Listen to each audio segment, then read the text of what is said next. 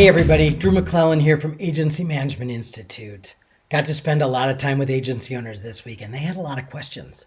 Some of the questions I got asked this week were, how do I decide if I should keep a service line in-house or outsource it?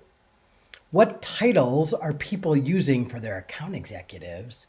And how are agencies using tools like Buongiorno or BombBomb? And this week, I'm going to answer the in-house question. How do I decide if I should keep everything in-house or decide to outsource some things? So the conversation I had with this agency owner, they have everything in-house. They have video production capabilities, they have SEO, they have media buying, they have all of it. They're a larger agency, and yet they still often only have one or two people with a certain skill set that is dependent that they are dependent on those couple people to actually deliver against that promise to a client, that deliverable. So for example, if their SEO guy goes down, they probably only have one other person who can pick up the load or knows what's going on in that department. So his question was, how do I decide whether or not I should keep this work in-house? So we talked about a couple different things. And the first factor in deciding whether or not you should offer a service in-house or not is, how in demand is it?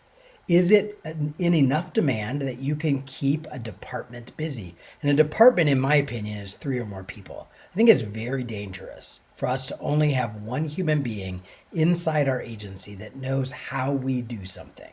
Because if that person gets sick or goes on vacation or decides to leave, maybe quickly, all of a sudden we are at risk because that one person held the keys to the kingdom. So you really need to be able to keep at least a couple people pretty busy or pretty skilled in whatever that particular deliverable is. Number one. Number two, how profitable is it? So all of you should be, if you've got different departments in your agency, this doesn't pertain to you probably if you're, 10, 12 people. But if you have departments with department heads and people underneath them, you should be running a department by department profitability report. And if a department is routinely not profitable, then the question is, are we pricing it wrong? Are our estimates off? Do I have great people in that department who are really good and efficient and effective at that work?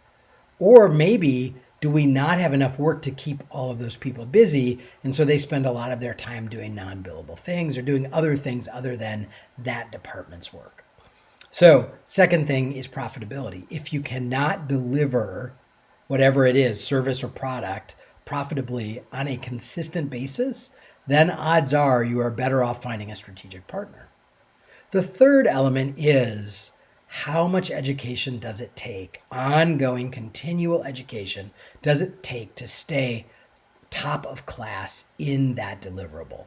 And am I willing to make that investment? So for some departments, the investment level in terms of education might be a little smaller or a little less often. But in others, it's, for example, SEO, things are constantly changing, algorithms and all of those sorts of factors. And so your people have to be constantly re-educating themselves about best practices.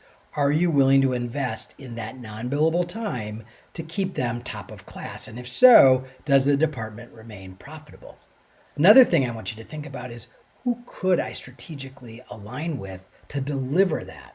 So a lot of AMI agencies partner with other AMI agencies. So these are agencies that they know run their agencies under best practices and financial metrics. They know that these are solid, stable agencies. They also know, because they sort of live in the same ecosystem, the same community, they don't have to worry about that agency trying to steal their business. So in their case, they have a pretty wide plethora of options of agency partners that they can partner with.